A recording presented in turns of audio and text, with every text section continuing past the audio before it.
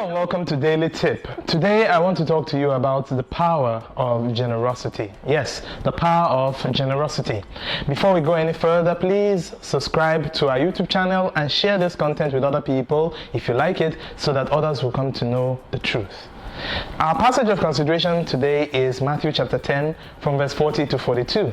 And it is the words of Jesus Christ to his disciples. It says, "Whoever gives as much as a cup of cold water to a prophet will never lose their reward."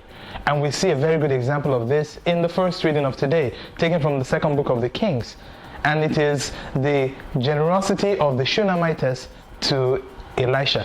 Elisha, usually on his many trips, stops over in the home of this Shunammite woman, and this woman always gives something to the prophet. And at this time, the prophet stops over and finds out that the Shunamites has prepared a room in her house, a room for the prophet, so that the prophet can stay over and not have to travel long distances without resting. And then Elisha calls his attendant Gehazi and says, "What should we do for this woman, since she has gone out of her way to be generous to us?"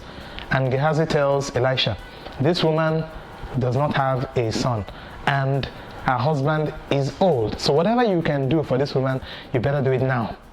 And then Elisha calls in the Shunamites, and through that ministry that has been given to him as a prophet, he tells the woman, "This time next year, you shall have a son. You shall carry a son in your hands." And that came to pass.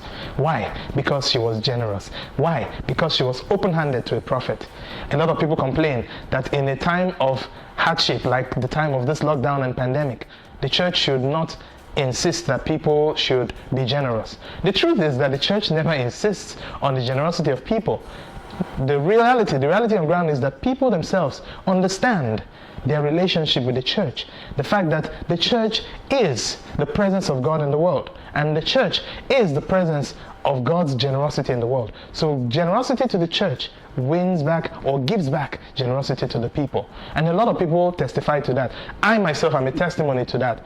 I have never had any need that God himself did not meet, largely because I am open-handed to other people.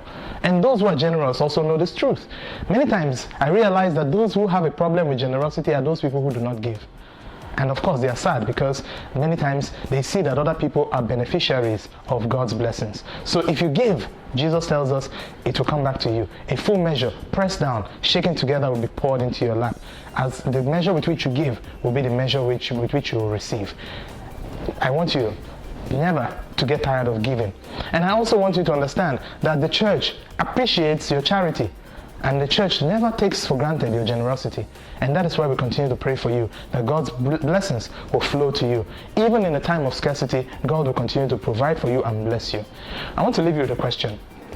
Have you ever found anyone, have you ever seen anyone who has grown poor from giving? Do you know anyone who has grown poor from giving? Leave me a comment, and I pray that God's grace will be tipped in your favor today. And may God bless you in the name of the Father, and of the Son, and of the Holy Spirit. God bless you.